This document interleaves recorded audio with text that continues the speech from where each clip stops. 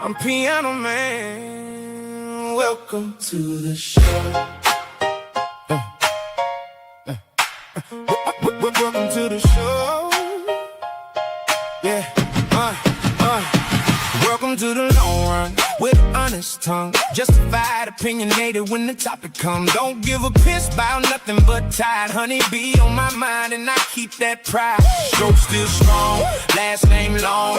Roll tide, roll where the truth belong. West Virginia born, working hard in my soul. Still got that steel town grin and I take control. F them trees, yeah I said it loud. Go Steelers too, got the whole room proud. Love that college game, love that Friday light. Love them real world problems and we talk all night. We bring that fire gumbo daily. Stir it up, don't play me. Bishop on the forge by fire away. JB got the whole room crazy. Latoya in the mix, can't tame it. Twist to keep the freight line moving. Welcome to the show. Welcome to the show. I'm Piano Man. Welcome to the show. Welcome to the show.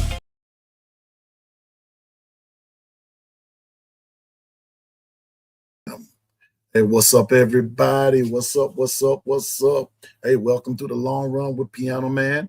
Hey, you know me, I don't waste no time in bringing my compadre to the stage, to the kitchen. It's time for this meal. It's time for this evening meal. You know, y'all know how I do it. Y'all know how I do it, whether it's 1 or 101. We just make it happen like it's happening. Here we go right here.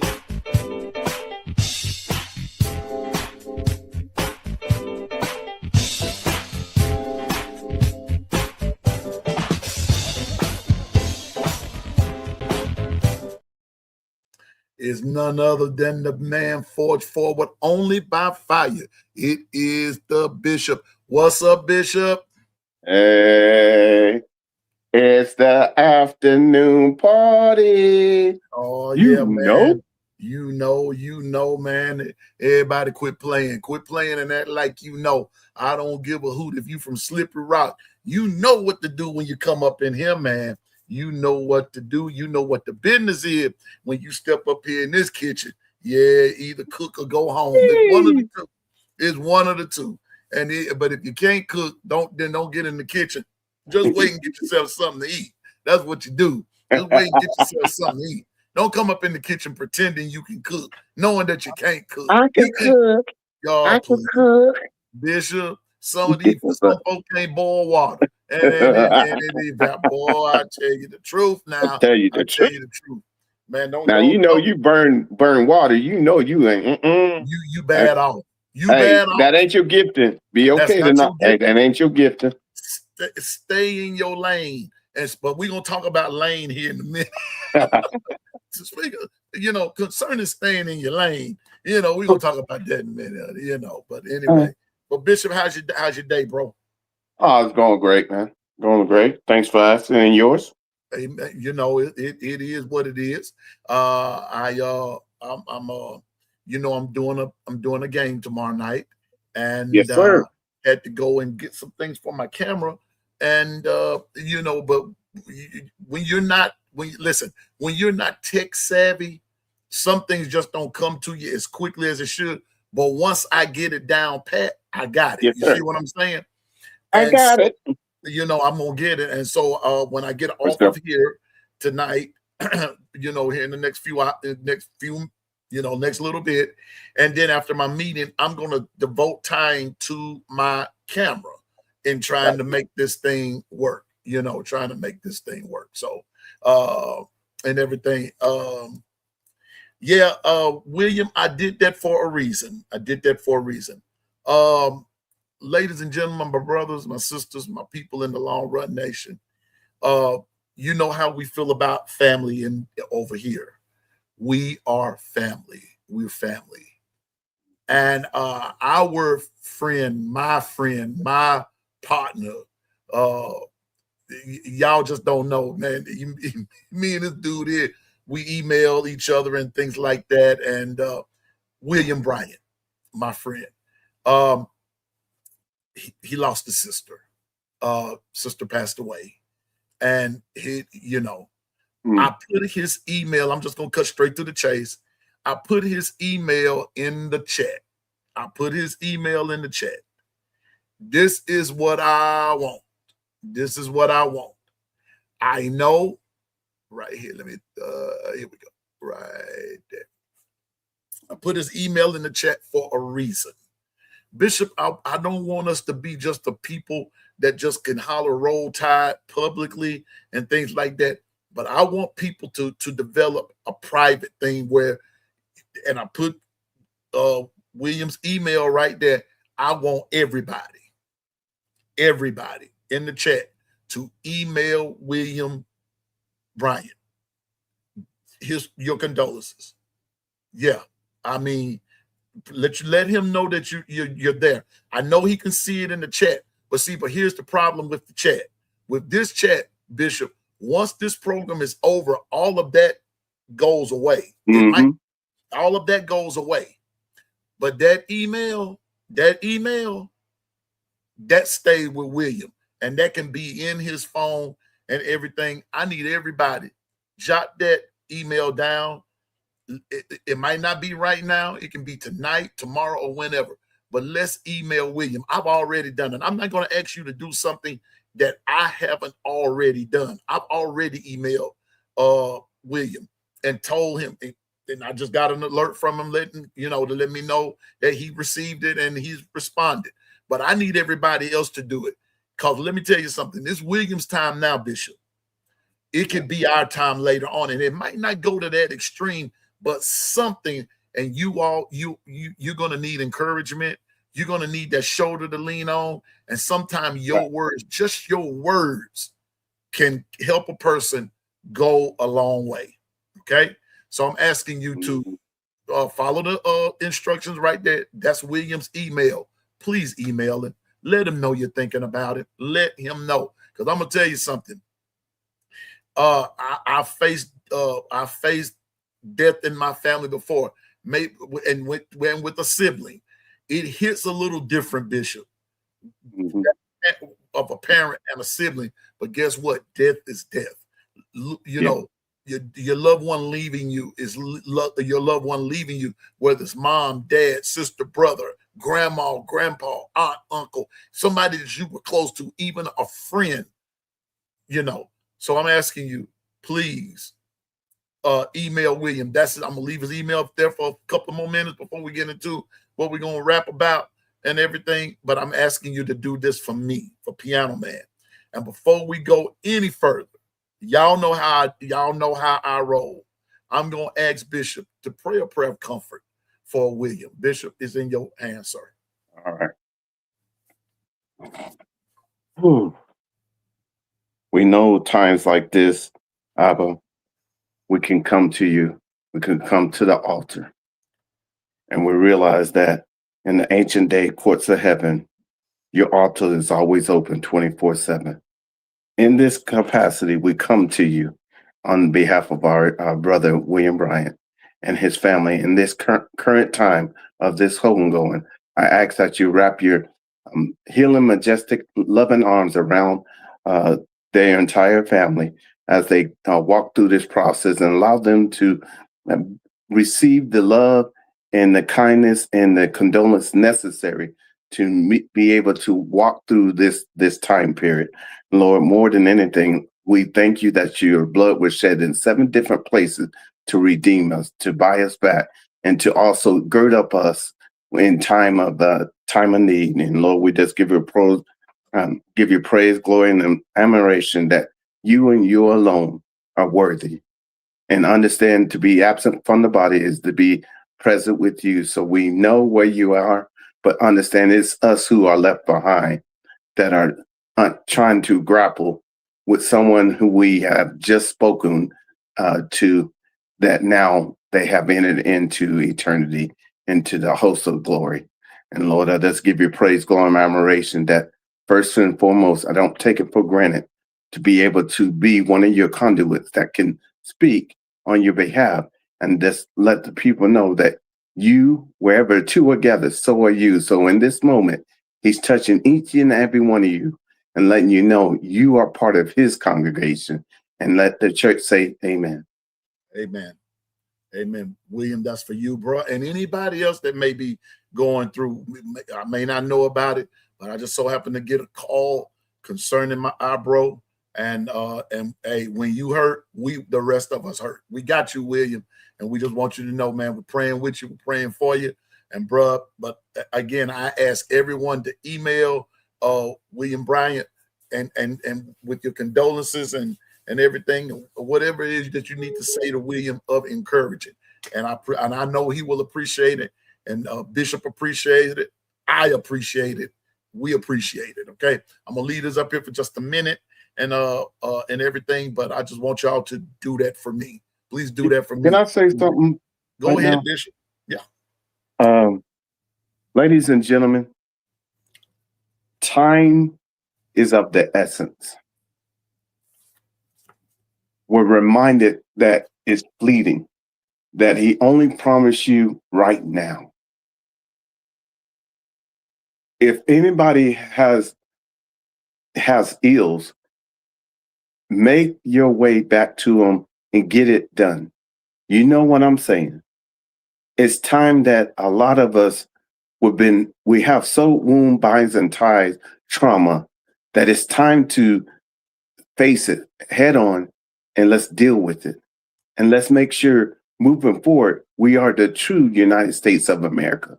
Because the only way we can move forward is we got to acknowledge and put it out into the light that what's been sitting there and that's been trying to be hiding in plain sight.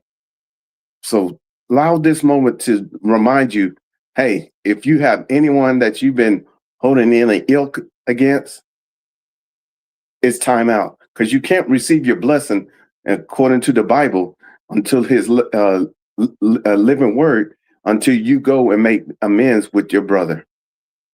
With that said, hey, whenever in doubt, hey, it doesn't hurt for us not to just throw up a remnant prayer to him to just say, hey, I don't take nothing for granted. I thank you for the good, bad, and indifferent. When I win, lose, or draw, you get the glory, the praise, and the thanksgiving. Yeah, I feel that, Bishop. Cause let me tell you something. Don't let this petty stuff cause you to miss the big picture. Yeah, that's all Bishop is saying. Don't let the petty stuff. Yeah, and it ain't even worth holding a grudge about or anything. Let that mess go so you won't miss what God has for you. I'm learning even how to do it at this stage, but it's an ongoing process. It don't just happen one time and it's over. This is a daily thing. And I'm gonna tell you something else. Learn how to forgive yourself while you're at it. Learn how to forgive that yourself. was it. That's why I did it.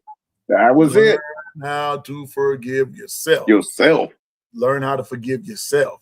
And then all will be well. Okay. You're on your road to recovery. All right.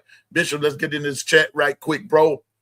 That was for you, William. We love you, bro. We got you, man. We got you every step of the way. We walking with you, William. We walking with you. All right. I know it, Carla, but Carla, what's up with you? Roll Tide to you, Carla. Good to see you. Because Susan, hey, what the business is, Susan, we're playing. Don't have me come over there to Alabama and tell you a thing or two now. I did have one Mountain Dew today. Anyway. Welcome to the Roll show. Tide to you. Yeah, welcome to the show. Okay, y'all know I got to do this one right here because this is the one that kind of helps us all stay in line. What's up? It's none other than Stephen Hicks and the voices of No Mercy. No mercy. Nothing but except for Alabama, with the exception of Alabama, we wish you nothing but the absolute worst that this football season have to offer. What's up? What's up? What's up? William Bryant, what's up, my brother? Good to see you. We got you, bro. We love you too. We love you bigger. All right, Jacory, what's up, bro? Roll Tide, Jacory. Carla Hinton, we got you there. Let me see him. Let me see Susan. We got you, Stephen Hicks. What's up? It's Anitra, y'all. What's up, Anitra? Yeah, man, it's Anitra. Anitra. Put what she said up here. She said, amen to that, Bishop. It's sad when grown people still holding grudges from years ago, shaking my head.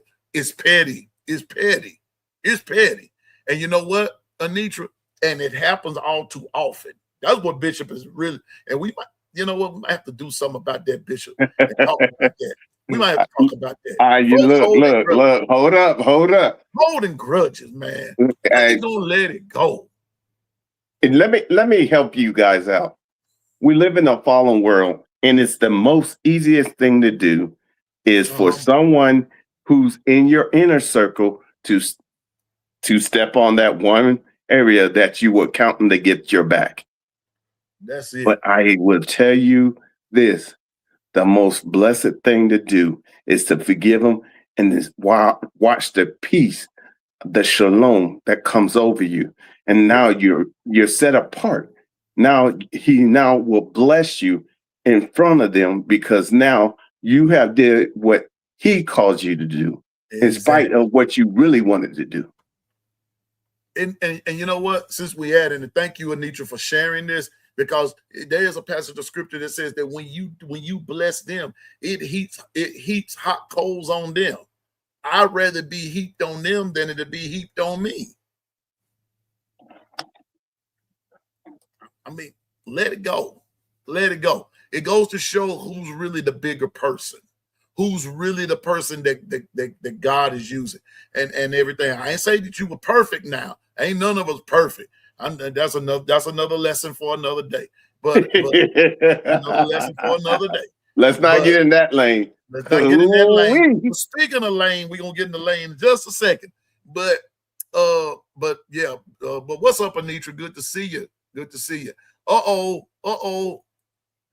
This Bama hater, y'all. What's up, Bama hater? Look at him. Bama hater has a heart, man. He has a heart. Has a heart after all. Just send an email. Appreciate you, Bama hater. What's up, player? What's up, man? Good to see you. Bama hater.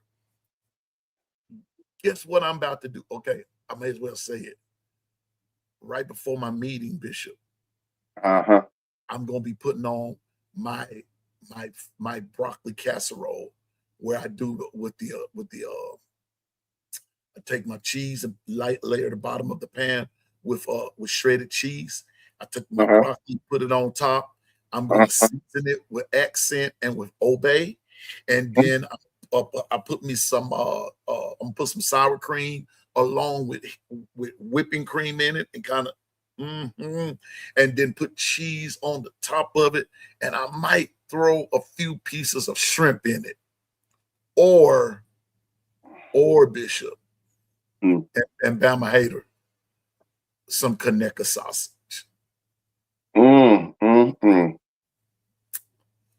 Yeah, and that's gonna be my meal for y'all. See what he's doing? He ain't slick. What you doing? What you doing? You know, get him, Dwight. Get him, Dwight. Yeah. Don't be letting him slide. I'm just trying to make it happen there. Bama hater. I'm just trying to make it happen, bro. You know what? What's up, Bama hater? Good to see you, player. Good to see you.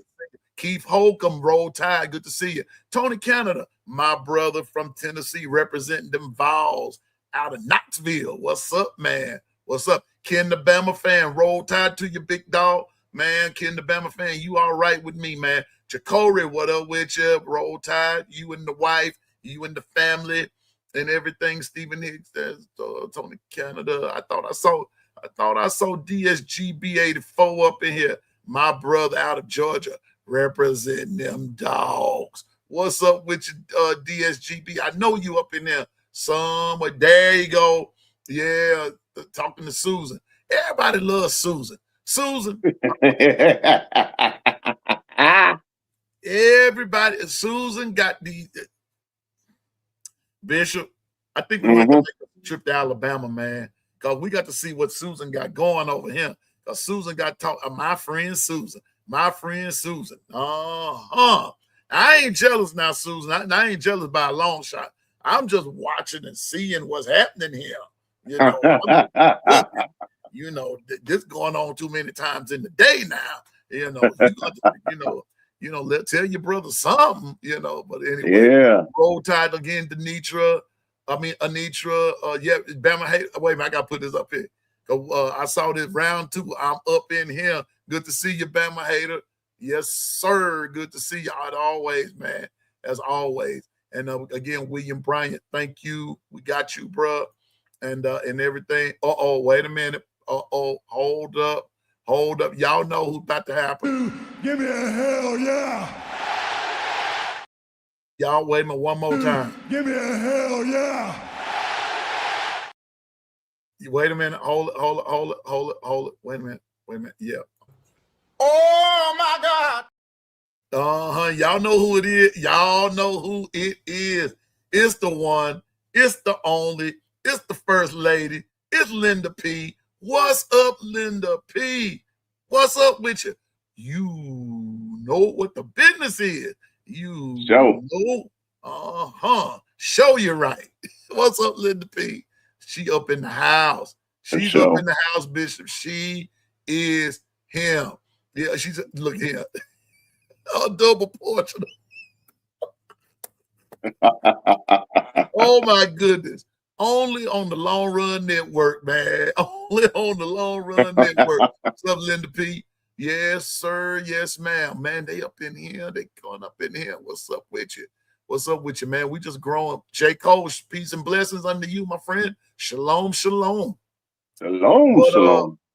What's up, Roger Goodman? Good to see you back. Susan, I'm not being messy now. Now, see, that there you go. Sounded like Bishop. I can't even say what's on my brain. I just said what's going on. You and Bishop talking about somebody being messy. I'm just asking a simple question. I'm just asking who you notice how his voice went a little squeaky? Mm-hmm. Little squeaky. The squeaky wheel gets the grease every time. Some folks don't understand that though, but I'm just gonna leave that right where it is. Let me see up in here. I think that's gonna be about it for right now. And I'm gonna start right here. Roger Goodman brings about something. I think Bama has a first-time starting quarterback, Keelan Russell. Is he ready? Well, Roger, sir, only time will tell. Only time will tell. And Roger, I'm glad that you brought that up because I'm going to say this, and I'm not saying this in a rebuking way, but I'm just saying this because Kangaroo Black asked the same question, but not about this right here. But Roger, Piano Man is just going to have to take a wait and see approach. I'm going to take that approach because, like I told you, and I don't know if you heard me say it today or not. I'm not sure if I said it today, but I know I said it last night on KB channel. The summer is long. The summer is long. It is long, and a lot happens in the summer. Now, Bishop, may I approach the bench, please? You may. There's a little evidence. There's a little evidence here. I want to present. I want to read. Let me see. Okay. No. I did it over here. All right. Because Roger, when I when I found this, you came to mind. Okay. And if you're not in the Discord, you need to go because you're gonna see that I put it in the Discord, and my producer put it in the Discord because it was a hot topic there. But East Carolina transfer and Georgia safety Jamarly Riddle was in bowl caps arrested for speeding on Friday. This happened this past Friday, right? But I don't give a hoot if it happened 10 days ago. Another Georgia player has trouble with the law. The report from WGIG 98.7 FM confirms that Riddle was booked into, let's see what we got going. Let's see what we got going here. Here we go. It was booked into the Glenn County police station for speeding and possession of a controlled substance. The 6 foot, 185-pound defensive back was a 3-star portal prospect in the 2026 cycle and started all 13 games for ECU in 2025. And then the question is asked, will speeding ever stop in Athens, Georgia? Anyway, I'm gonna leave that right there. But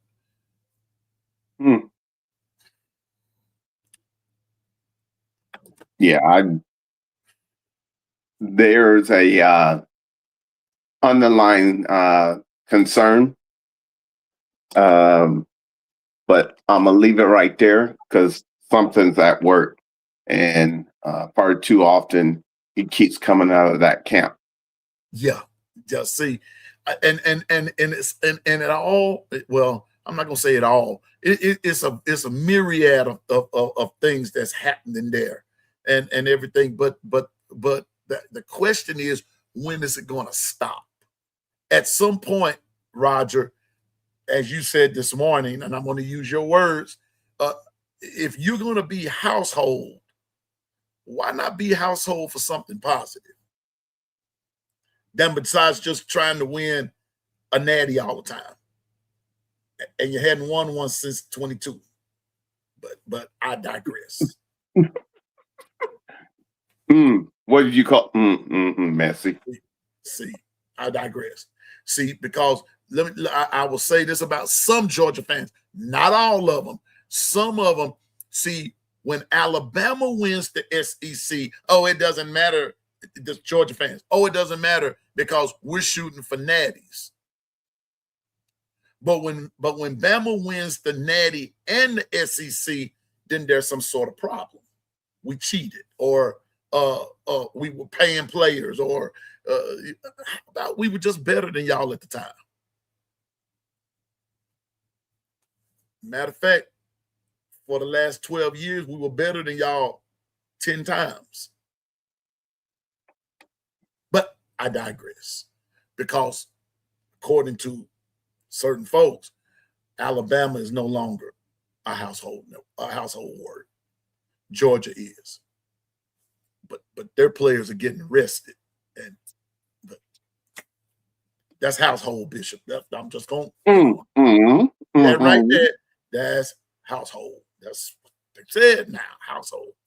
But to answer Roger's question, is he ready? We don't know. We don't know who's ready. At least I don't.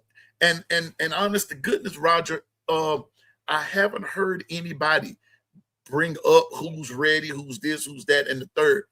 A lot of this stuff is media driven and folks who want certain things, fans that want certain things. And so they come out and they speak on something and have not really heard from the top.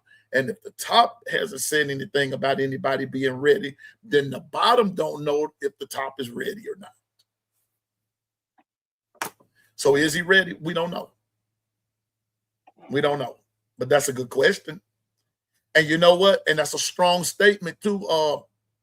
That's a strong, true statement, Roger, that Bama's going to have a first-time starting QB, because whether it's and the reason that I'm saying that it's a strong, true statement, Roger, is because you got to finish it, because there's a quarterback competition. See, a lot of people are writing Keelan in, but that's not what the coach is saying. Coach is not saying anything. That's something that that a lot of us are wanting, and the media is saying, but in real life, though, Roger, it's a quarterback competition going on. And that came out of the coach's mouth. So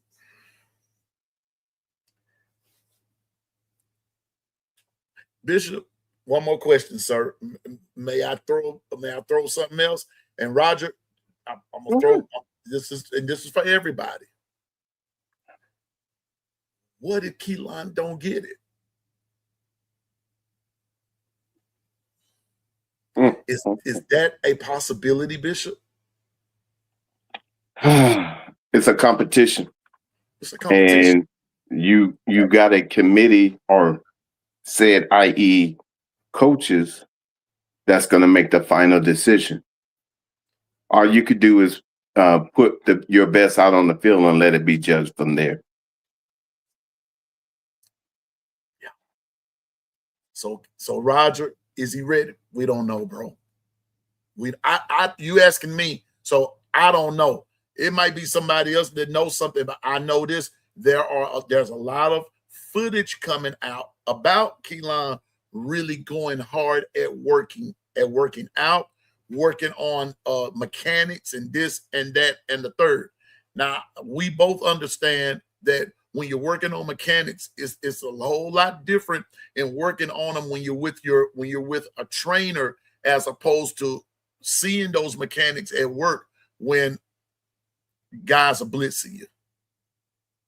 We'll see the results of the mechanical work, the development. We'll see the results of it here in just a little bit.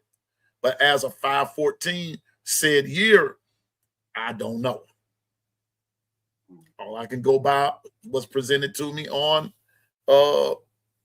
media. And I don't go by that too much because those are just little snippets, and they're going to always show the positive. They're going to always show a completion. Sometimes they're not going to show where a ball comes up short. They're not going to show that. They're not going to show that part. They're going to show positive stuff.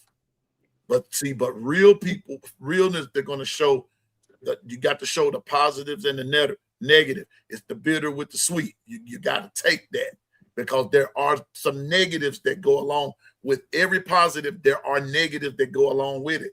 And so therefore you can't just go by just one aspect. You got to go by the whole enchilada. I'm just saying.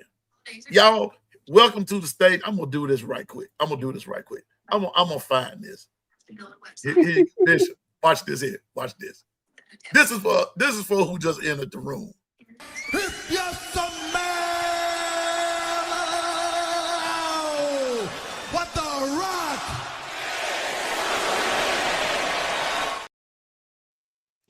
What's up, Coach Carl? What's going on, man? Hey, I ain't got long, but I ain't know. I thought you sent the link you for tomorrow morning, or get ready to head to the gym. So No, man, this is for the see, even for our second shows, they give us a different link now. Yeah, so I'm glad you're here, though, Coach. I'm glad you're here. It's good to be here, but boy, you done went back into one of my favorite times I've ever seen on wrestling. Can you smell it? I don't know what I'm talking about. Yes, Sirski. Oh, now, yes, sir, yes, sir. Yeah, boy, I'm telling you now. Yeah, Yep. boy. But Coach, how's your day been, man? Coach. Oh, did we lose him? Because I was gonna get ready. I'm gonna step right into something right quick. But It connected to the radio, so I had to wait to connect to the radio. Gotcha. You know. Yeah, but when you said Keelan, man, I was like,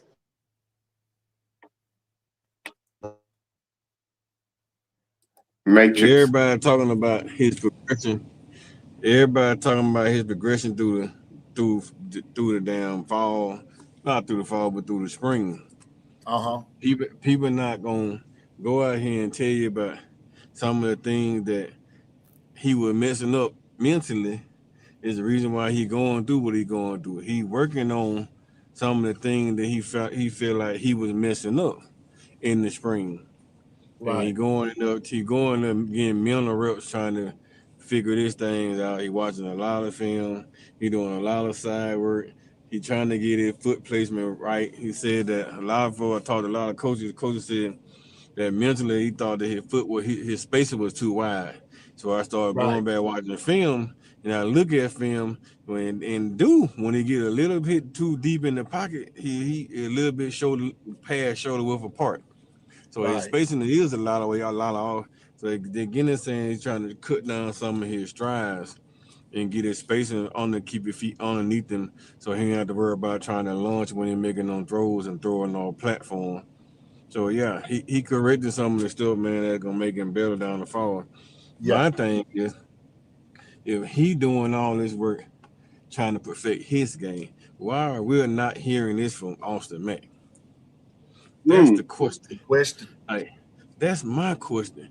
If everybody talking about what this kid is doing, why are we not hearing about this other kid? This other kid is basically being given the starting spot, and you're not working on your game to get your game better. But this kid is in the film room every day, the film room every night, on the field working. I got a private trainer outside of the University of Alabama, and nobody can tell you anything about what Austin Mack's doing. Something in the pie ain't sweet.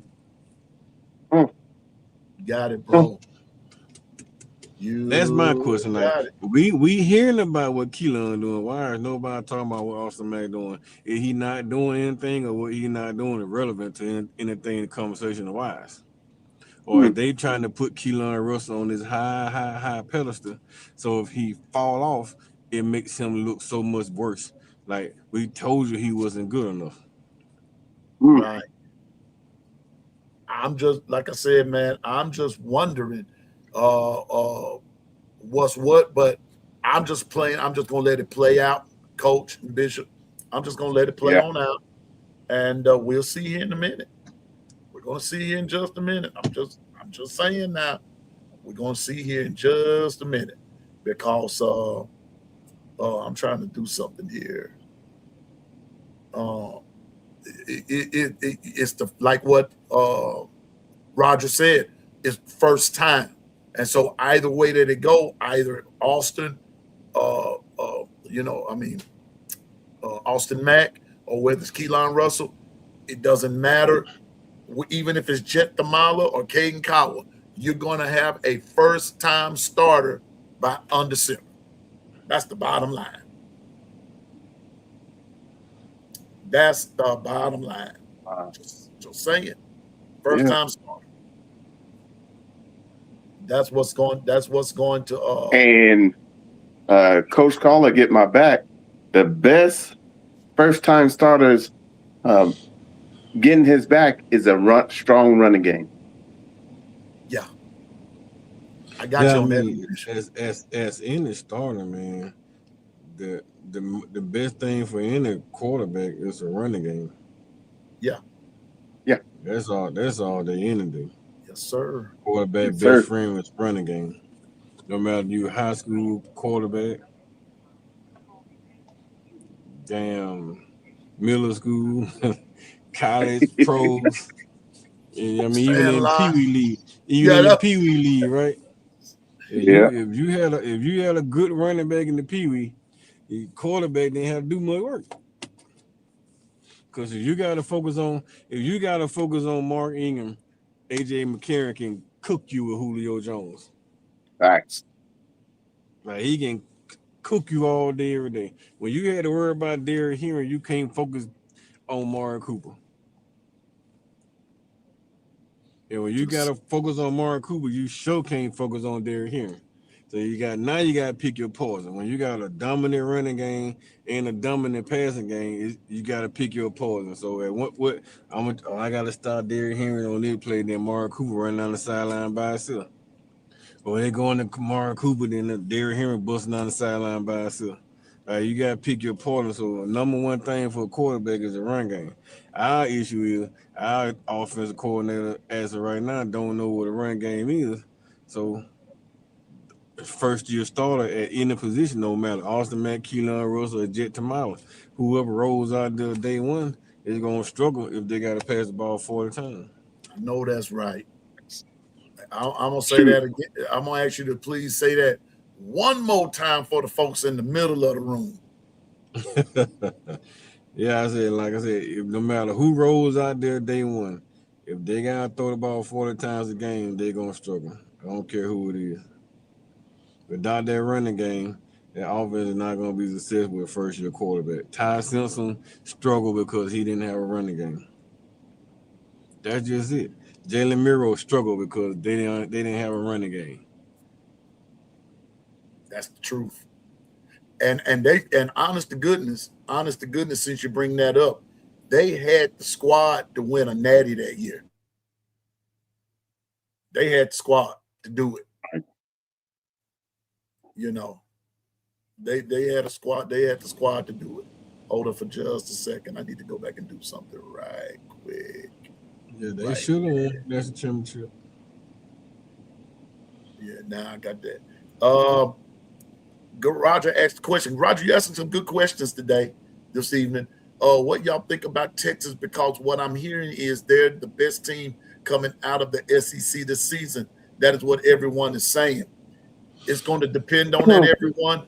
But there's some, Roger, I'm going to tell you like this. Just stay tuned. Yeah. I would tell you like this, man.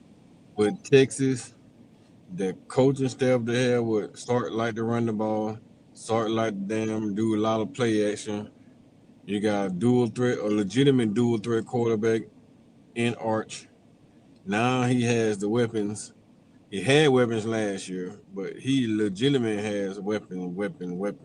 You got Cam Coleman on the outside. You got 3 game-breaking running backs. Not even to mention all the other Wingo and all the other receiver weapons they got, tight ends they got. Their big issue is they lost Banks and the other kid on the offensive line. If they can replace those 2 kids on the offensive line, yeah, they got the most talented offense in the country. They got it. If Arch don't have to be Peyton, they got the most talented offense in the country. If Hollywood Smothers can get any little thing going on the ground game with that game breaking speed and with those other 2 powerful backs they got down there with Baxter and the other guy, if they can do anything in the run game wise, well, they can then make Arch not have to throw the ball, like I said, 40 times a game, you probably not beating Texas. You're probably not beating Texas. I'll just be real with it. It's going to be hard to beat them. But if you can turn them into a drop back passing game and just make Manning beat you, you got a shot. But instead in that shot, as long as Cam Coleman ain't getting the ball as that frequent, you still got a shot of beating him. But Cam Coleman is the X factor in every game. Like he is that guy. He's the X factor. Guy. Bishop, go ahead. Understand that Texas, they're trying to rebuild their offensive line, and just like Coach Carl was saying, that is their fire test that they have to answer. They got to make sure they get that right, because understand, I can have all of the stars on the outside, but if my middle and my offensive line cannot hold up, then it's all for naught. Yeah. So understand, I know we'll soon meet up in Dallas, Texas, but they got to build according to the script, and everybody in the SEC has something that they have to be working on during this summer, and we'll find out. Yeah. Yeah. Now, and Pete, I don't know who that is in the comment. I just saw somebody asking about some camps. Just tell them hit me up on X, and then I will share all the camps that's coming up. It's a lot of camps, man. Depends on what state they in, especially if you in the South. If you in Georgia, Alabama, Mississippi, all the camps at these major colleges, and from June 5th to June 13th. There should be a camp at every major college in your state. Every single one. Where you want Rep 1, Bishop? Coach. No, you can just send it to my at Coach KD Taylor on X. Okay. Cause Bama Hater. Um, Bama Hater. I'm gonna put my email in the chat. Hit me there, and we'll take it from there, bro. I got you. Okay. Let me see something here. Add to the stage. June 5th to June 14th, I think. Some of them even go all the way into the last week of June before they start getting into the invites on it. But the prospect camps, you're paying, but you gotta be, you have to be realistic, right? If a prospect camp, when you're trying to sign up for a camp and that camp say $200, $150, $125, if it's anything over $50, don't even waste your time. That is what you call a money camp. That's a money grabbing camp. They ain't not really looking for a prospect. They just trying to make money.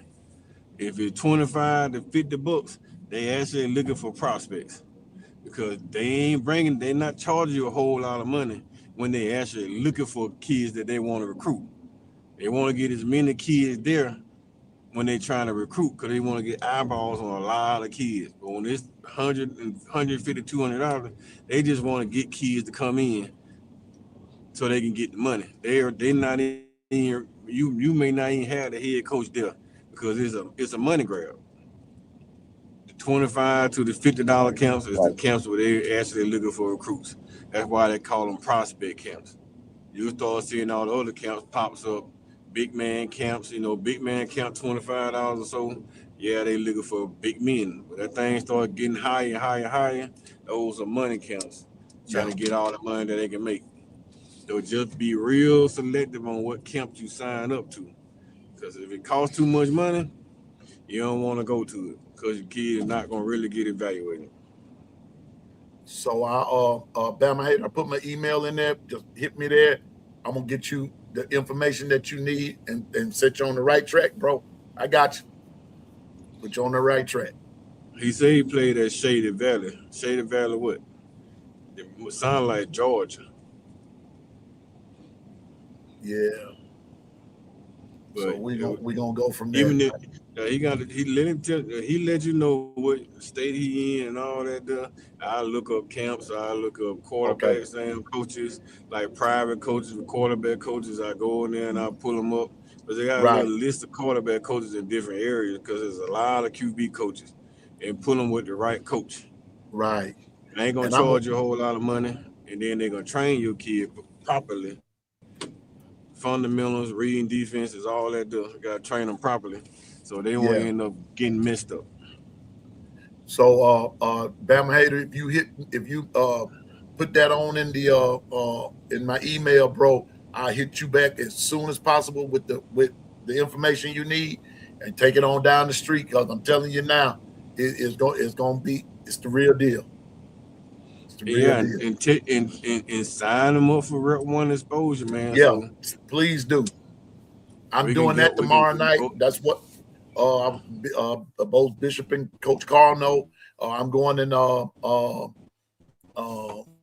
film someone tomorrow night. Just getting some more film on him. And also tomorrow night, Coach, I'm going to be talking to that player's mom to see if I can't talk them through the process of getting all that information in the Rep 1 so it can be there for y'all, the film and all that good stuff. It can be in the system. But it needs to be in the system. She ain't put it in the system yet. It's so simple that the kid can do it himself. All you gotta do is just go in there, player profile. When you go to player profile, put a name in there, and so name, birthday, high school, like upload his film, Twitter, your huddle, like everything is self-explanatory. You can just click on everything and copy and paste everything inside the thing, go on by business. Like it's easy to do. It's very easy. My grandmama. And listen, y'all. And Coach Carl didn't say anything. He said something about it just a few weeks ago, but not just today. And it's not just football. Nope. It's basketball. It's baseball. It's whatever you want to go off baseball. Into. Yeah. And the bad part about it, it's free. Free. I'm telling you now. Excuse me, y'all. No. And I want to say this. And Coach Carl, I got to get that stuff to you, bro. But let me tell y'all something. Girls football, I mean, excuse me, the flag football and everything. You know some girls that's balling out right there. Please sign them up at Rep 1. I'm telling you, Sign 'em up. I'm begging you. Go ahead, Coach. Hey, man,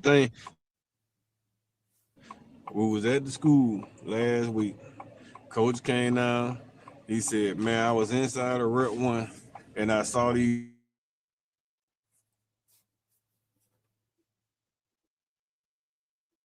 He fading out, in and out, right, Bishop? Yep. Man, yeah, okay, Shade Valley, Birmingham. Okay, he started as a freshman. My nephew. Okay, all right. But Cool. that's Bama Hater's nephew. So that's in There Birmingham. you go. So, yo, ooh, oh, tough as nails. You ask a hard question. What are you at? But I just put it in the chat. I mean, I just put it on the screen. Was Sark better than Kiffin at OC? Actually, Sarkisian was head coach for Alabama 1 game. Yeah, because Coach Saban had COVID. Chat, for those of you that might be interested in this question, before I let Bishop or Coach say what they got to say about that, what sayest thou? Sark or Kiffin? Who was better? Woo! That's a question. Boy, that's That's a question. I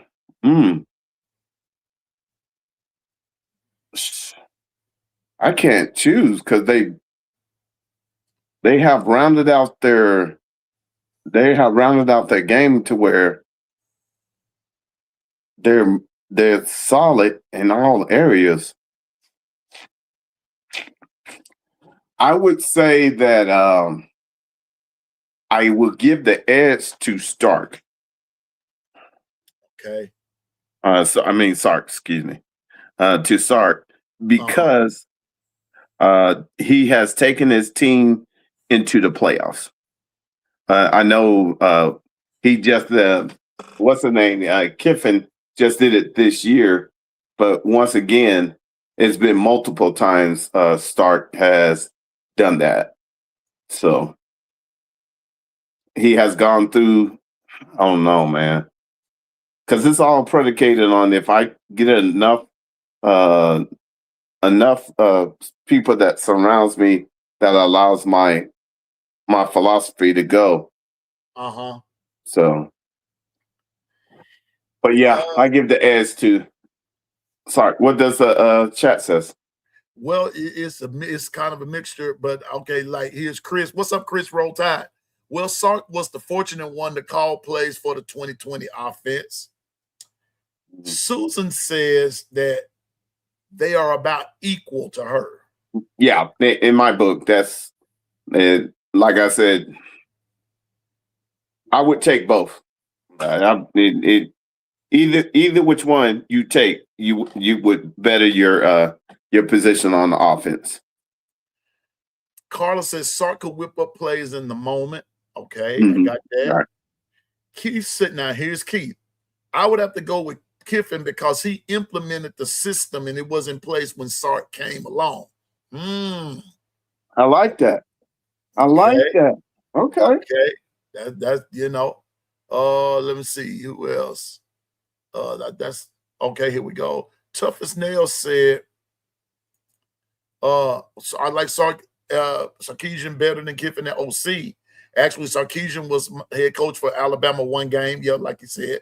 And so we got that. Let's go back down to the bottom of the hill and said, Sarkisian, in my opinion, was always thinking 2 plays ahead. Very similar.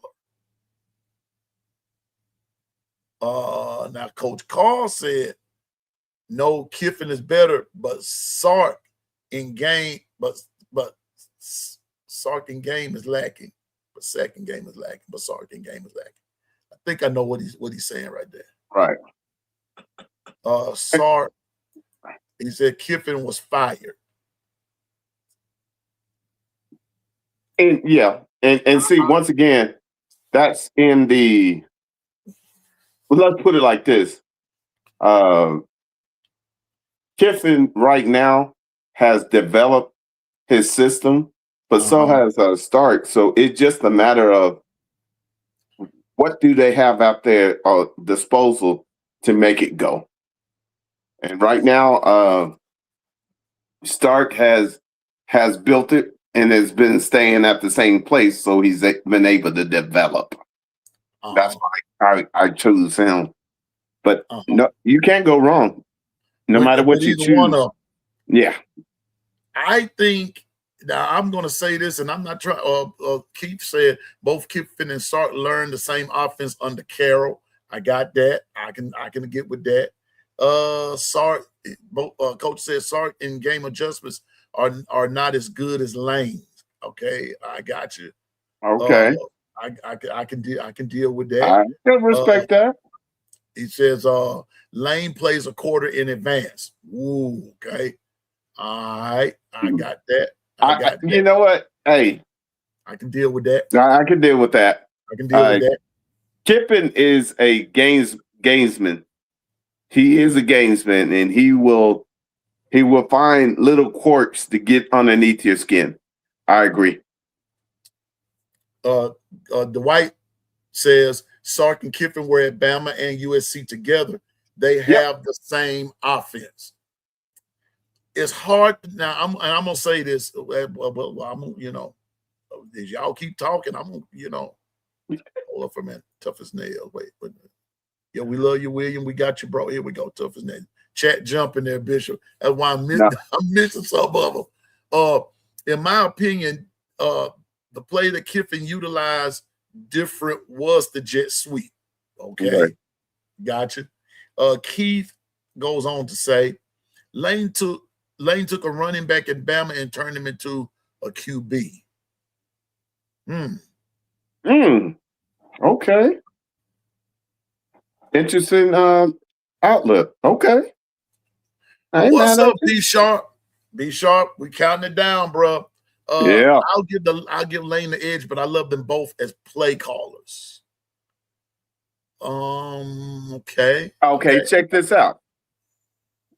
If you had Kiffin or Stark to go with BV's defense, who would you choose?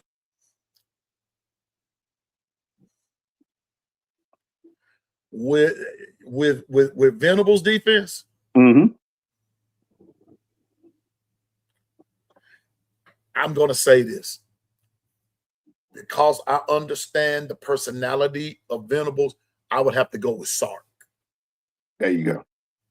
That's why I made my decision. Yeah, I know what you're saying. Sark. Yeah, but Kiffin is that dude. I ain't faking the funk.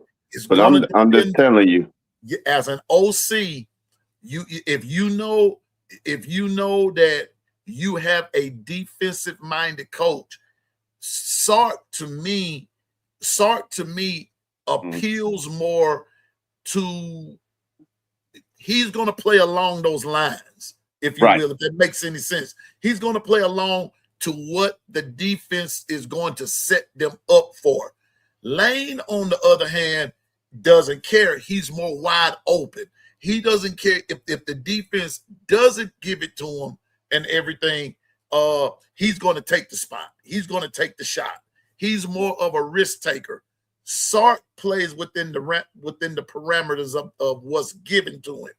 And so I'm going with what the question said, if under a Venables led team, I would have to take Sark in that particular situation. In my overall aspect of it, I would have to take Lane because of what I just said.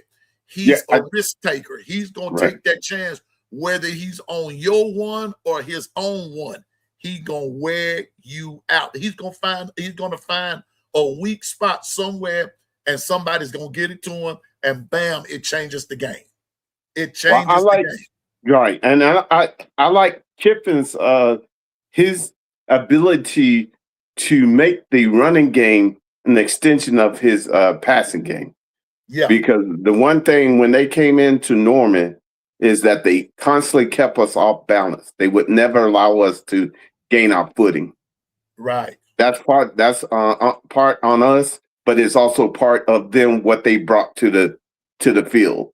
And so knowing what I broke down on film, that gentleman Kiffin was in his bag that day. Yeah, And then that quarterback, oh my goodness. Trinidad Chambers. Trinidad Chambers. If you would see the passes he was throwing people open, and we were right there on the spot.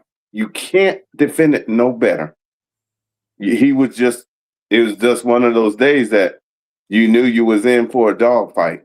Yeah, exactly, Keith. Both coaches are good at exploiting your weak spots, but in my opinion now, Right. Lane is a little better at it from any point on the field, and I don't think Sark does that. Sark is conservative as opposed to being wide open. Now, I think what's going to help Sark this year is like what Coach Carl said, with you having a bona fide dual threat quarterback, right? That's going to help. But let me remind folks of something though. It's all going to if it all depends on Manning, and Manning goes down, it's going to handicap them now. That's all I'm going to say. All I got to say is that once again, as long as they answered the question in the front line with their O line, then everything else is in position. But they got to answer that O line, because the SEC, it is no ifs, ands, or buts about it. You got to have a stout line. Lacey may be competent, but that doesn't mean he's going to jail, Ken, the Bama fan. That I got you, but that doesn't mean automatic gelling. I'm telling you, it does not mean that just because they can be competent all day, but they've got to still gel. There's a relationship, and you've heard me say this. There's a relationship that has to take place, and that first and that second string quarterback, the relationship won't be the same. Trust me on that, because he's gonna get sacked. He'll get sacked a lot, because that defense gonna rev it up. Is gonna rev it up. I think along the defensive line, because if you knock that QB1 out, we can ready to turn it up a notch, because we gonna make you so uncomfortable. That's all I'm saying that for. I got you, but the complacency, the competency might be there, but the gelling may not be there. Not in the beginning stages. And see, okay, let's do this, chat. Knowing that who each one of them are coaching, do you want to get them in the early part of the season or the latter part of the season? Can I be honest with you, Bishop? Mm-hmm. I'm gonna say this. I loved it when Bama played Georgia in the early part of the season, when they were still trying to get their footing up under them. You're trying to get your footing up under them and everything, and then Bama found ways to beat them. But as Georgia went on, those QBs at Georgia started playing lights out until you found a way to beat them. You had to really just overpower them. You had to play smart. You had to play in the box, stack that box from a defensive standpoint, and allow the defense to set the offense up. And there you go, run time control. So I'd rather play you early, because I figure I can beat you. Right. But if I catch you in the middle of the season, now that could go 50-50. I hear you. Interesting. Yeah. That's just me. You know? What I was thinking is as we lean on and we're starting to see that it's really not the NIL, it's the portal that's the thorn in the side. But see, what happens is that because you have outliers that are getting high dollar, it makes it appear that every person is getting high dollar, which we know is not the case. You know, you're going to always have outliers or those positions that are highly sought after. That's going to drive the demand. And whenever demand is high, then you know you're going to pay premium for said position. Now, i.e., let's say, for instance, you know, you're looking for a guard, offensive guard. It's not going to garner as much as an offensive tackle. Because that tackle, most times, is on their blind side. Right. Hey, can y'all hear me real quick? Yeah, we getting the echo. Yeah, I'm in the gym working out. I just want to tell Bama hater I dropped the link and code inside of the chat. It's for Camp Saturday, AAU Exposure Camp Saturday. It's in Birmingham Saturday morning. He can sign his kid up, use that code, get a discount, maybe free. I don't know. I sent it to a bunch of kids, but he can sign the kid up, get it registered, and then he go in the camp Saturday morning. I'll be up there. I'll meet him up there. You want me to meet him up there? I'll be walking around on the field. Talk up for the kid. Help the kid get the kid pointers while I'm out there. You just gotta let me know who the kid is. You give me his number, you know, and all that there, and it's all good. Just there go the link. You want the camp. You put them directly in front of college coaches. The coaches at this camp actually coach in college currently. Yeah. Gotcha. Okay. All right. We got you, Bama hater. All right, now I gotta get back to the workout. Okay, bro. All right. Appreciate you, coach. Yes, sir. But yeah, but go ahead, finish that, Bishop. What I was going to say is that, you know, we are, man, hold on, forgot what I was saying. What were we talking about? We were talking about you were talking about when you with the NIL. Oh, yeah. Thank you, brother. Yeah. Thank you, brother. What I was saying is that really the ideal is that the portal allows for a kid to have an out. Okay.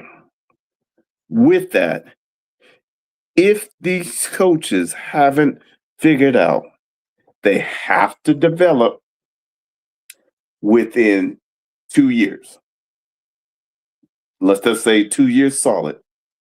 If you don't develop them and they haven't even touched the field, you're in a detriment. You're in a deficit because the simple fact is, by that time, let's be honest, a lot of these kids are getting antsy because they know that they got to get enough film for them if they have an opportunity to even make it into the NFL. Whether they do or don't, the key is making sure I have enough film so they can make their assessment on me. And so with that, we have to understand what the portal does. And I'm going to give you the insight. It drives up the demand because I can now, i.e., be a said tackle that, on all intents purpose, has been documented to be one of the elite tackles rated, run blocking tackles. And once I get into the portal, we know big guys are hard to come by that can play in the SEC. Mm-hmm. So the demand drives up the price. But understand, once that area is saturated, they're not making that much money. And so it gives the appearance, because there are a few that, they did the work, and some are worth it and others are not.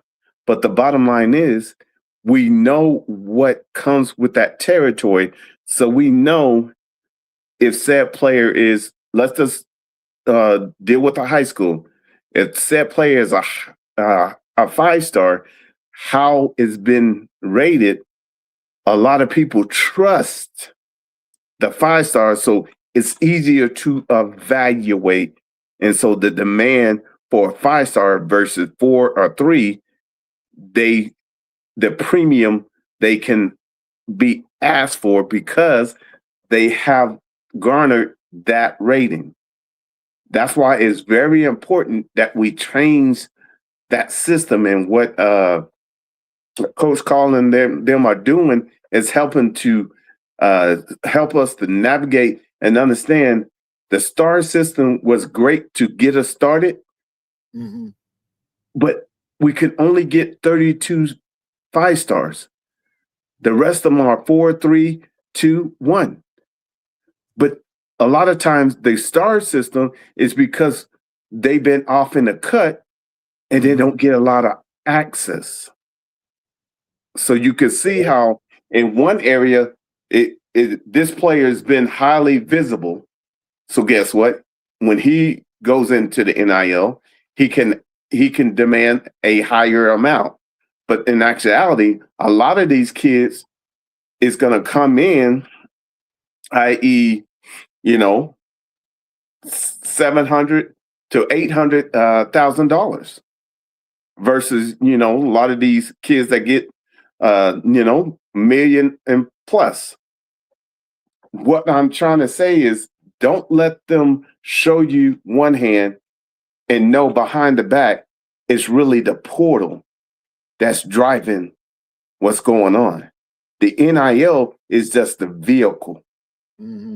Because if we really thought about it, the NIL has been going on for eons. It just was in a different form. And understand, with each year, the evolution of it has gotten to a certain level to where the dollar amount looks bigger, but you got to understand, in proportion to the generation, it's equivalent. So with that said, then we need to understand that the deal is making sure our kids don't stay in the portal. Yeah. Don't get lost in there. Don't get lost. And so what I'm saying is that it's not NIL. You know what it is? It's a lack of education to know how to best utilize and put yourself in a said vehicle to get the maximum out of that. But that's okay, because to understand, the game is being changed and it's being altered, but you got to do your part. If you have i.e. your kids and your grandchildren coming through, acknowledge that, okay, I need to do a little more research. Okay, Bishop and Coach Carl and P keeps talking about, okay, there's a national, a district, regional, and local. Why are there different NILs? Because one has a stronger foundation. A national, they are not going anywhere. They're not predicated on sales. They're predicated on longevity and having a strong base. That's right. And it's all about it's just about publicity on both ends of the spectrum. That's it. On both ends. Everybody needs to know who everybody is. So, if you got a kid, that's got talent and everything, you got to do your job as a parent or as a caregiver and everything, and promote that kid.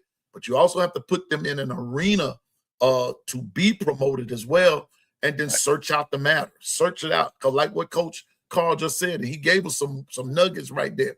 Anything 50 and above or like that is a money-making grab. Anything in that $25, $50 range right there, and I'll even stretch it and say 75. You're going to get ready to look at development. You're looking at a different element. But anything other than that, your child is not going to be helped at all. And I'm gonna give you an example.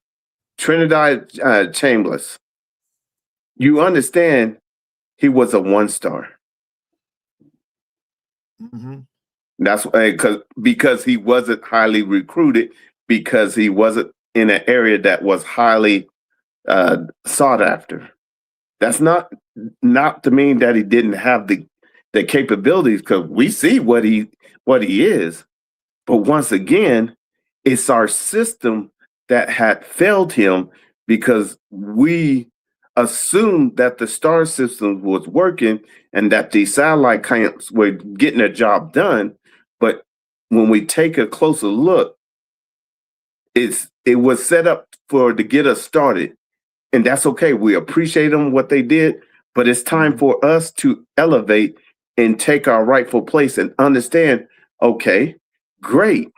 Rep 1 has come along. Now we can go in the highways and byways and make sure these areas that usually most people miss and they end up going to, i.e. a Division 2 or 3, nothing wrong with that, or JUCO, is because they were missed. They didn't have the exposure. It's not that they don't have the talent, because Trinidad Chambliss, if people knew what he was back then and would have been exposed to that, it'd have been a wholly different story for him. And in spite of that, he still is one of our success, because he was able to make it through to an area, and then he showed out when he got to Division 1. But ask yourself, we could have missed out on him, and he could have just stayed in that area where he was before coming on said D1 level. So that's what we're saying is it's up on us to make sure our children and our grandchildren are not being missed. If you have a Rep 1 in your area, or you don't have it yet, you need to work closely with Coach Carl to get it. And then let's see how you might need to help him plug in and come beside him. I don't know how all of it works, but I know this. We need him now more than ever, because understand the star system is starting to show that it's not ready to go to the next level. And it's in its own fire test, because we're starting to see certain individuals who were rated low actually become stars and actually show us, okay, it got us started, but it's time to go to the next level. And in order to do that, we have to vet it. And in order to vet it, you can't just go off the star system, because it's leaving out a lot of people, and it's jading the way we perceive and look at it, because we're only looking for 5-star, because we want to make sure we got the top rated ranking when it comes to the 5-stars, and that's what drives it. But actuality, some of these 3-stars should have been low 5-stars or high 4-stars, but they're not in the right vehicle, or they're not in an area that's highly trafficked. That's not their fault. That's us not playing in the game and being prepared to utilize what vehicles are near us. So definitely get with Coach Carl, and you got anyone in your family that's coming up that's in the 7th grade or higher, they need to get into Rep 1 now. Yeah, like yesterday. I'm doing a guy. I'm doing some film on a guy tomorrow night, and Bishop has seen his film. Coach Carl has seen his film. Yeah.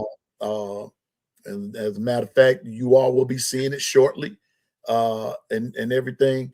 I'm doing my part as someone, and I'll put it to you like this. He is my former parent. He is my former pastor's great grandson.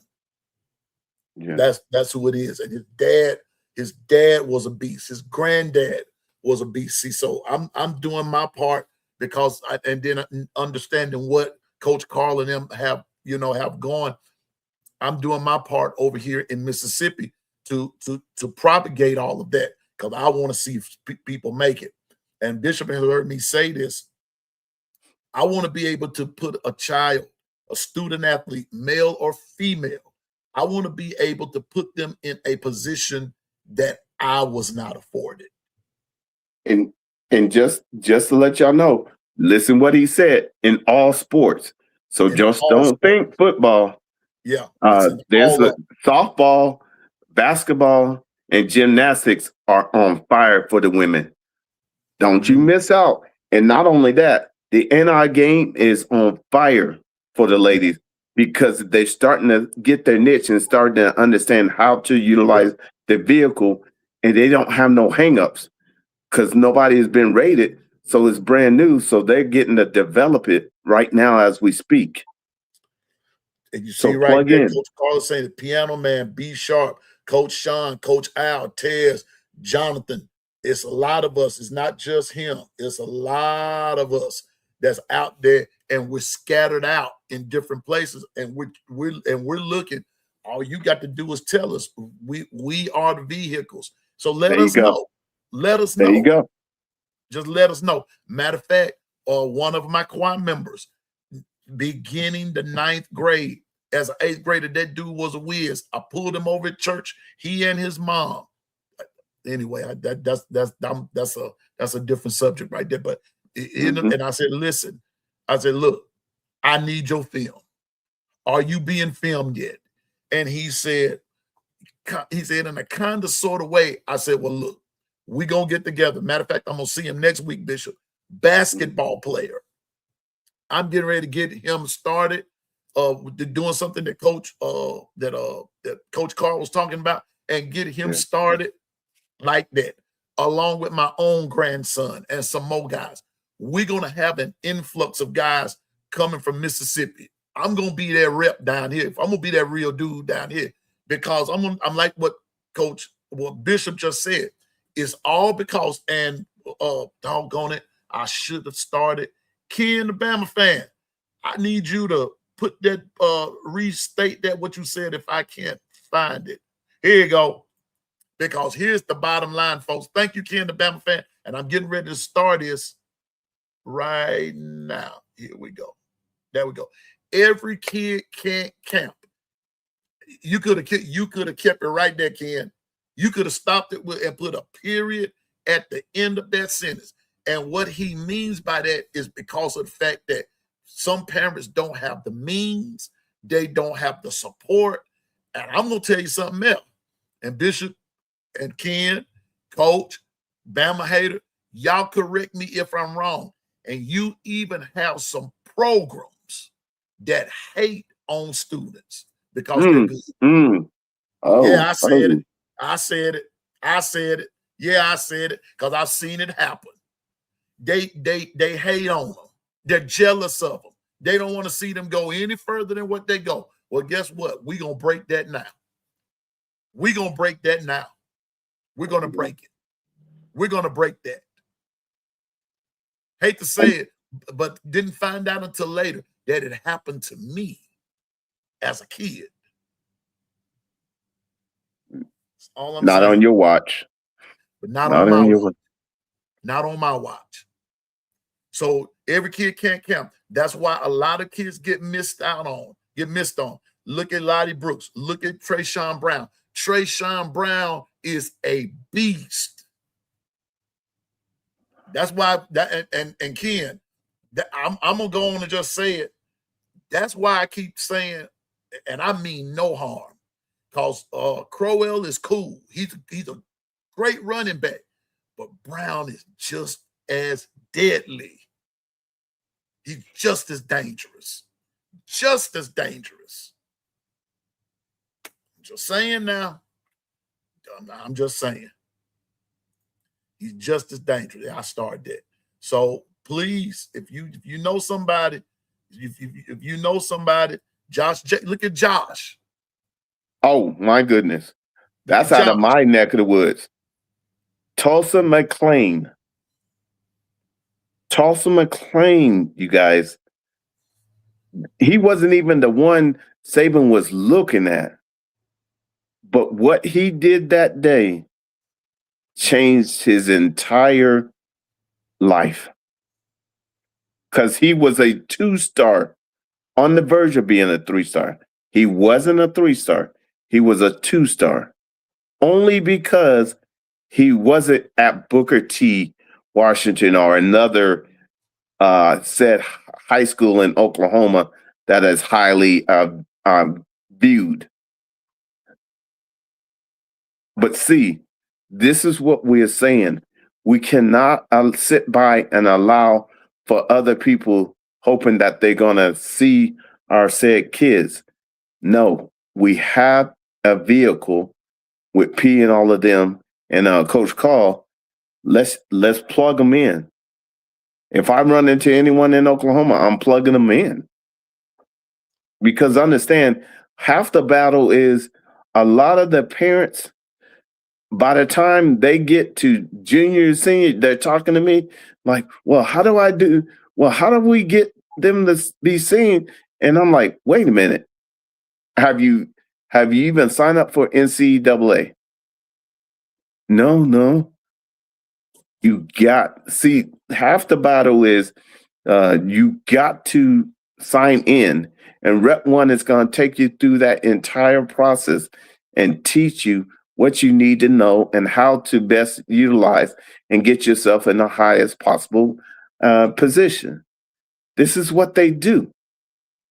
I mean, understand, there's been a lot of times I tell folks, and by the time they start working on it, they get D3, but their kid was really a D1 athlete, but he got started late because they didn't know. And that's what we're saying. You don't know what you don't know, but you don't know that your kid is only a 2-star in said system because they haven't been sought after yet, or they haven't been in the right area to be seen or put into the right camp. Well, guess what? We're not waiting anymore. Rep 1 is here.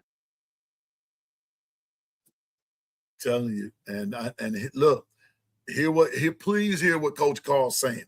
If you ain't recruited by your junior year, you probably won't get recruited, and that's the truth. You. That's the truth. That's the truth. You got to do so much footwork yourself. Man. Yeah, I did this. I'm gonna be real honest. By that time, a lot of these universities already onto the next class after that. They're not even thinking of that. They ain't even thinking about you. I fell victim to that. I'm just saying now. So, but not on my watch. Not on my watch. I'm just saying. So that's why I made the statement. I'm going to help as many kids as I can that to get that opportunity that I was not afforded. And listen, they're not, and not, I'm not going to be living vicariously through them. It's going to be their own deal. Yeah. I just want to see them make it. I want to see them make it. And that's why I became on my own. I volunteered my own self and did it. I didn't wait on nobody to ask me nothing. I did it myself because I know of kids, see them all the time. Cause I'm finna tell you something else. When Bama Hater, if you still on here, bro, I told y'all this morning, y'all sneaked in the back door right down there, from what I was told, in Poplarville, Mississippi. Poplarville is about the size of my laptop. I'm telling you. Mm-hmm. And came in, Bishop, and recruited and committing. I think he committed to Miami. Poplarville is very small. Well, we got that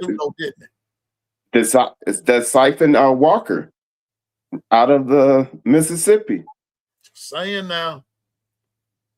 Sheesh. Thank you. And commit before the senior year season starts unless you have multiple offers. Right. And see, that's the key is why. And think about it. Most of the time, people are starting by your sophomore year. You want to at least have your first offer. Because what it does is now get you in the ether. And so, but I'm going back and we're going to something else right quick. But I'm going back to what Ken the Bama fan said. Every kid can't count. Due to whatever reason. Due to whatever the reason. And they should be able to, but they can't. Because it's become big business. Some can't count because of one reason or another. I'm not going to get off into the specifics. No, I know. Some of the specifics make me mad. And I'm not here to be made angry or to make myself angry. But this is all about helping someone else get to that next level. There you go. To get to that next level. So it is what it is. So Ken Bama fan, y'all right. It's just the truth anyhow. So I'm just gonna do my part because I want to see him make it. Yeah, and I hope people understand when I'm telling you this. Just think about an old defensive coordinator that knows without a shadow of a doubt there have been some kids that I know that if they would have got started early, there was no ifs. They should have been D1. But once again, if you're just now getting your offers in your junior year, it's not enough time because everybody else is already on to, like I said, the next year recruiting. Usually they already have, most of their players are actually committing to them in their junior year. So they fill up quick and they're already on to the next football year of recruiting. So that's what I'm saying is this, there are some exceptions to the rule, but why wait? If you got a vehicle to utilize, why wait? Just saying. So everybody, just consider what Coach and Bishop has said. And I'm gonna show this one more time. And just please bear this in mind. And right here, Ken Bama fan, every kid can't count. Just bear that in mind. So if you know of anybody, and when he says can't count, once again, we're not just reducing it down to the football only. We're talking basketball. We're talking baseball. We're softball, flag football. Every sport. Watch this. Track and field. We're talking. Male and female, we're talking. Don't just sit on your do nothing. Do something. Let's help get these kids to the next level. I love it. Because like I said, when I get out my meeting, I'm going back to I'm going to be watching B Sharp and them, but I'm going back to my camera and make it happen because I got work to do tomorrow. I got work to do. And that's how I look at it. I take this as a job, Bishop, in helping these young people to get to that next level. But I'm also pushing academics, though, now. I'm not just pushing athletics. I'm also pushing academics. And that's the one thing that we have to do is make sure that you have a vehicle or a committee of folks that keeps them, give them all the tools possible for studying and doing their academics so that they can also benefit on their other fronts as well. Yeah, you got to be well-rounded. In this day and age, somebody's going to go pro other than football. Right. If you go pro in something else, wouldn't you like to have a nest egg for you to be able to take your time and develop a plan? Exactly. So that's all I'm saying, ladies and gents. So It is what I'll it nail is. that one. So that's how we're going. But one last question on this. We were talking about who was better. Kiffin had Coker and won and a championship. Mm-hmm. Sark had Jones and won a championship. Who was the better quarterback?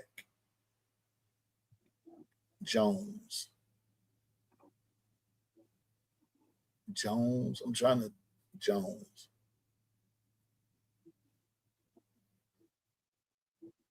I'm trying to. Sark had Jones.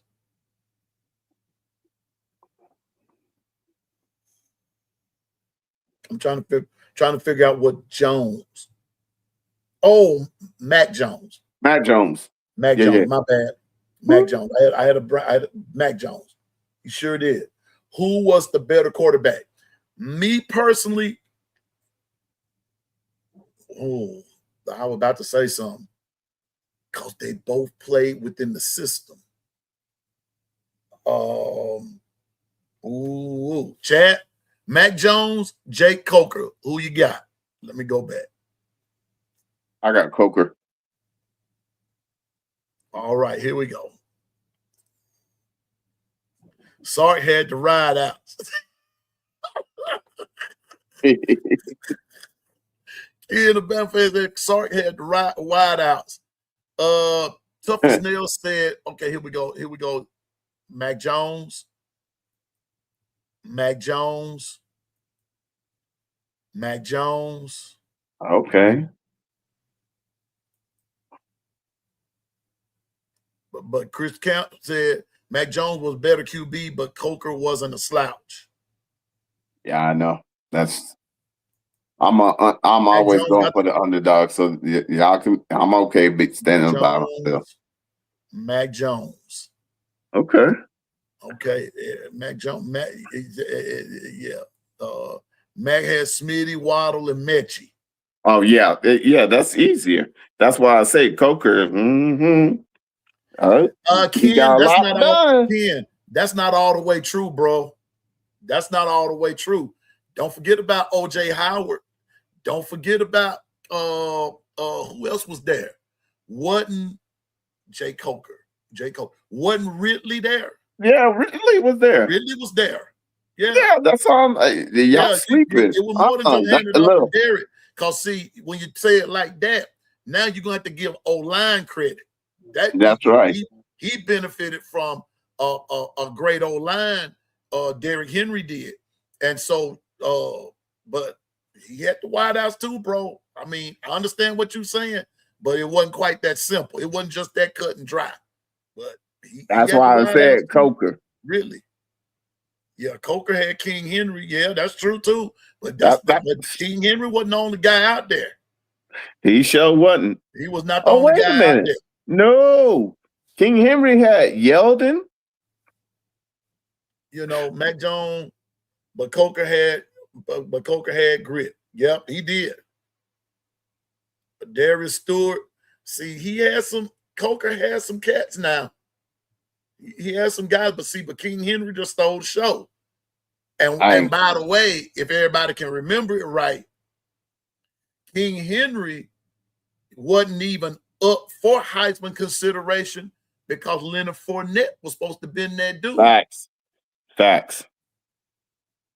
Until he met them cats from Bama.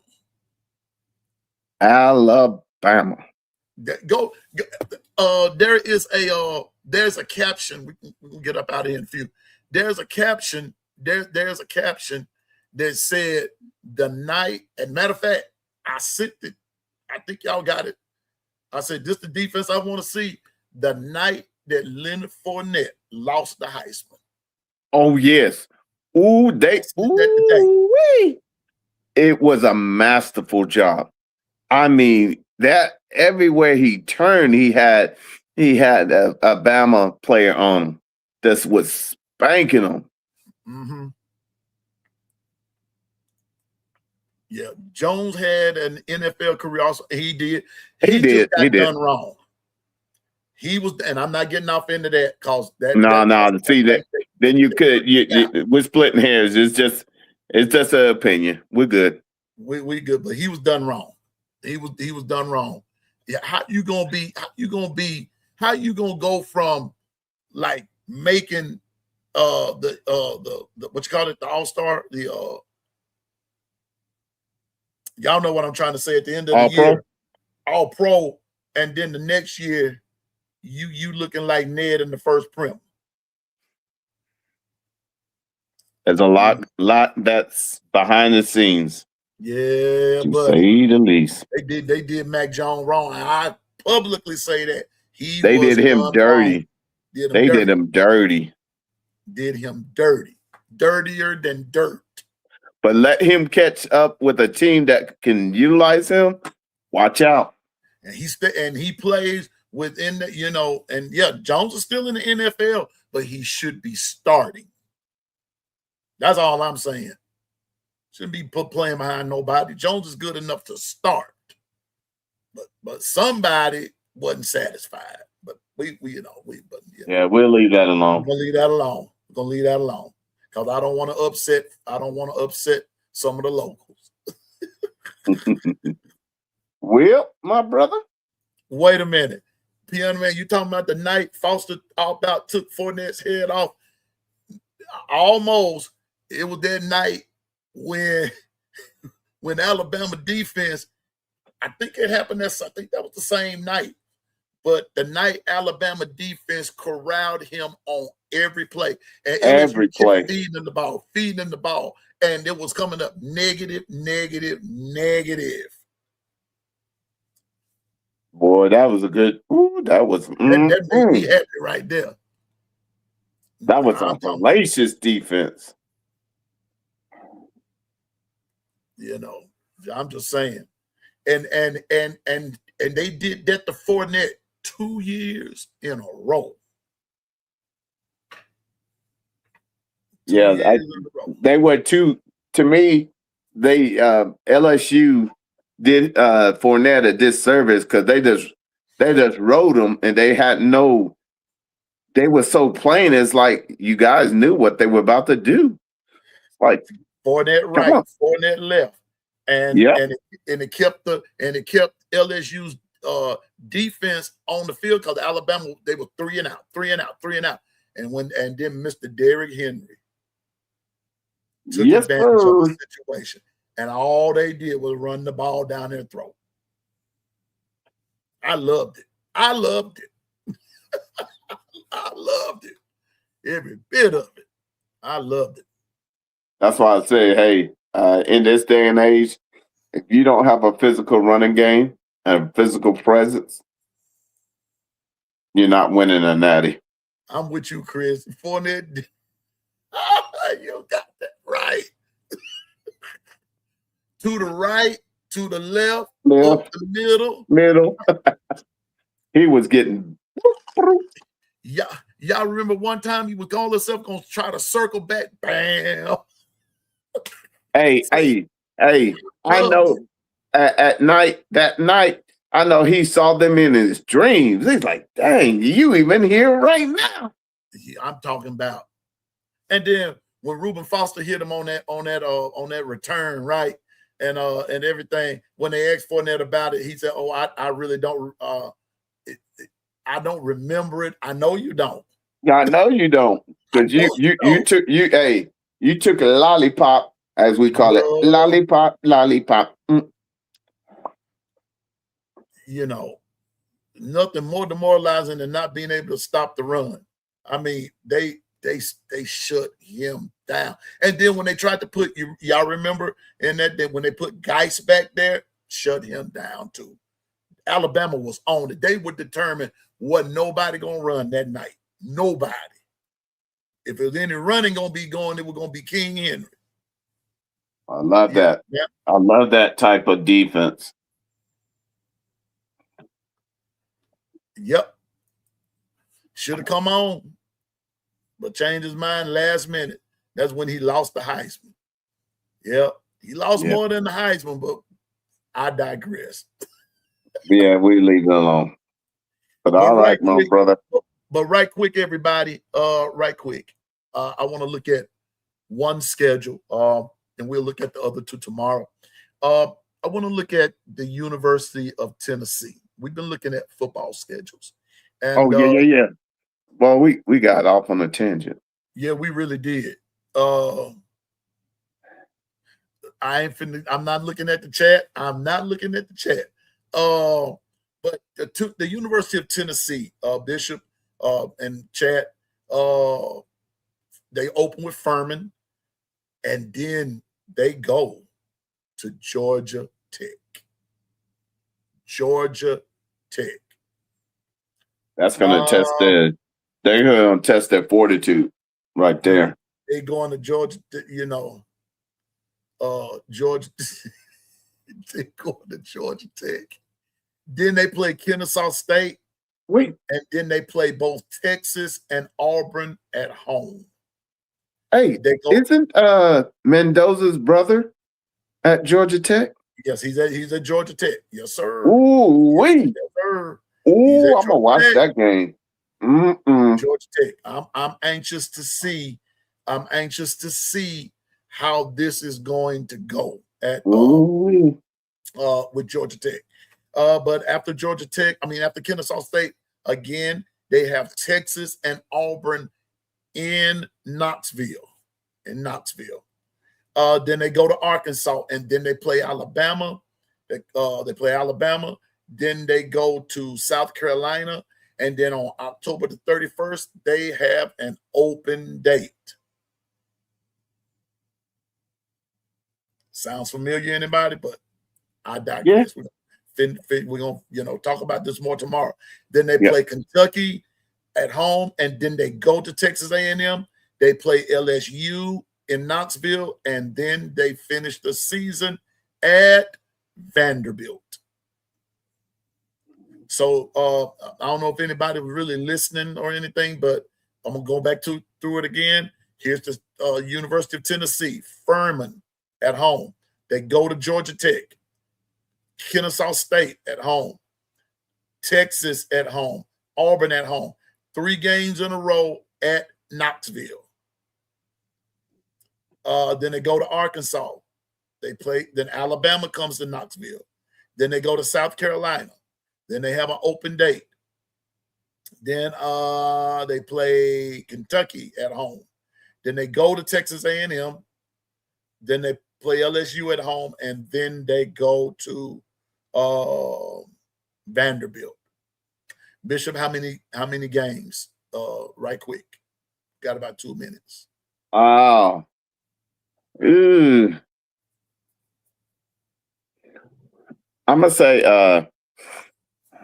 9-3.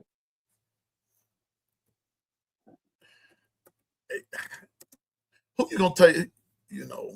Who you gonna take the losses to? I don't know, bro. That's hard. Well, my upset is Georgia Tech. I'm calling that one.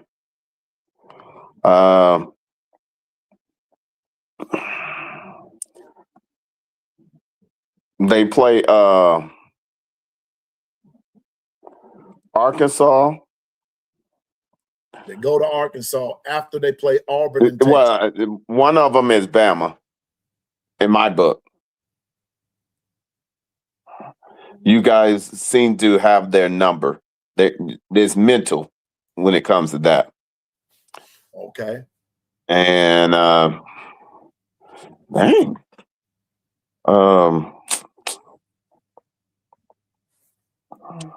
84 best. A&M. A&M. Mm-hmm. So you think they'll beat LSU? No. I'm gonna tell you like this. This is one 8-4. of those 8-4. Nope. 8-4. 8-4. Nope. 8-4. 8-4. And I'm sticking with that. Okay. Tennessee is gonna be one of those teams this year. I'm gonna call them one of those teams that's gonna sit back in the cut. A lot of question marks, especially about their offense. Well, about both sides of the ball, but especially their offense right about now. And if I just had to call a game on said year, like I said, today's date and everything, said date, I'm gonna have to go with. Y'all said 8-4. I'm gonna have to go with 7-5. Yeah. I'm gonna have to go with 7-5. We Tennessee now, and I'm gonna say this about our game with them. We're playing them in Knoxville.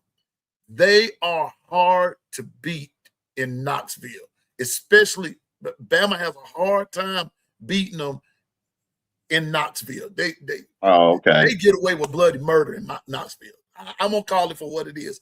They do all kinds of stuff in Knoxville. Matter of fact, they said don't live in the past, but sometimes you can't help it. Bama had a game taken away from them in Knoxville, and Tennessee came back and won the game. Hey, don't be surprised if they wear those pumpkin ones. Them pumpkin, those funny looking jerseys. Those black ones that they did with us. Right. I'm just saying, but I still believe 7-5. We're gonna go over more tomorrow. Yeah, we'll go over them more tomorrow. Right, Ken. Right, exactly. You can't know what I'm talking about. The right there, the Kool-Aid interception. And Ken and rest of the chat, do y'all remember the targeting call, the targeting non-call? Remember that?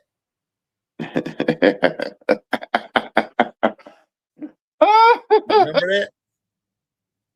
All day long. All day long. Yeah. Kool-Aid interception was just, man, don't get me started. It's gonna make my head start hurting all over. Ain't nothing you can do about it. Ain't nothing you can do about it. But they took that game away from us. And I'm gonna tell you what, and I'm gonna tell you just like this. Please say it again for the folks in the middle of the room, that Ken Bama fan. That game was over. Over. It was over. Refs did that. That's why I said I'm leery about that game. I'm still gonna say Bama wins, but it's gonna be harder than Chinese arithmetic to beat them at. I don't know. There's something about you guys in Tennessee. You guys are in their head. They get mental when they play you. So we're gonna see, but we're gonna talk about it more tomorrow. Yeah, tomorrow. Friday, we're gonna talk about it more. But that's the Tennessee schedule. That's gonna be about it for tonight. I have a meeting in about 7 minutes, but we stayed over just a little bit longer because I love my folks, love hanging around you all. But I want to go back and I want to remind us. Yeah, I'm gonna be over at Brinsky. Yeah, I want to remind us again that for those that just not making it in the chat, our friend William Bryant, his sister passed away, and I want us, that's his email address right there. I want us to send words of comfort, words of encouragement in the email. That's his email right there. Please email William and everything. I've already done it, so I'm not going to ask you to do something that I have not done. But that's his email right there. Please let's call him. Please email him and let's encourage him. Let's be a family and let's encourage him. Because trust me, if it was you, I'd do the same thing for you. Yeah, I'd do the same thing, and it doesn't have to just be that. It could be anything that's going to bring you any discomfort. So I'm just going to ask you to do that for me, and I will I will appreciate it, and I know he and his family will appreciate it. But let's send William our best and everything, and let's be there for him as a family. All right, I appreciate you, Bishop. Let's close out right quick. Yeah. We started off realizing that time is precious, and understand we just need to plug in, and we got to start loving one another and start talking again, start networking again. Yep. This is predicated on making sure the only way we make it is we make it together. And there's been some stuff that it's time that we say enough is enough. The only way to move forward is to honor and acknowledge the truth and let the truth set us free. That's it. And if that's what it needs to happen, hey, I'll be first in line, because I ain't missing out on my blessing. I want my full inheritance. That's it. Because I believe it or not, to have a second chance at life and to know he sent me back. Are you kidding me? Every chance I get, I'm going to give him praise, glory, and thanksgiving. That's it. I just encourage you to do the same. Keep living on purpose, because the best is yet to come. One. That's it. That's it. Appreciate you, Bishop. Hey, I want to thank everybody for coming today. And always remember, everything that I tell you when we get ready to get out of here, that it goes for even right about now. I got to get ready to get out of here. But listen, let's head over to Be Sharp, because I think this show is going to be very special. But always remember that the Discord is open 24 hours a day. Come on over there and get, and whatever you say in the street, go over there and get your mind right. I want to thank everybody for coming. Bishop, Coach Carl, each of you in the chat, Ken the Bama fan, my producer, Dwight, 401k crew. Good to see you, Twister. Good to see you, Roll Tide. And also Dr. Crystal, Coach Crystal, better known. Coach Crystal, good to see you, sis. Love all of you all. And we got to go. And it's okay to be a fan, but just be realistic. All right. Y'all have a great evening. We'll see you back in the morning. The Lord willing, and the creek don't rise. And Bishop, stay strong, brother. Don't get no trouble in the Discord, Bishop. Don't get in no trouble. No. Hey, everybody, just meet me over at Brentski's. Yeah, we'll go support him. Y'all make it happen. I'm going to this meeting, and I will see y'all soon. Appreciate all you do, Piano Man. Thank you again. My pleasure. The Lord willing, see you tomorrow. Don't forget about William, and we'll see you later on. All right. Roll Tide, everybody.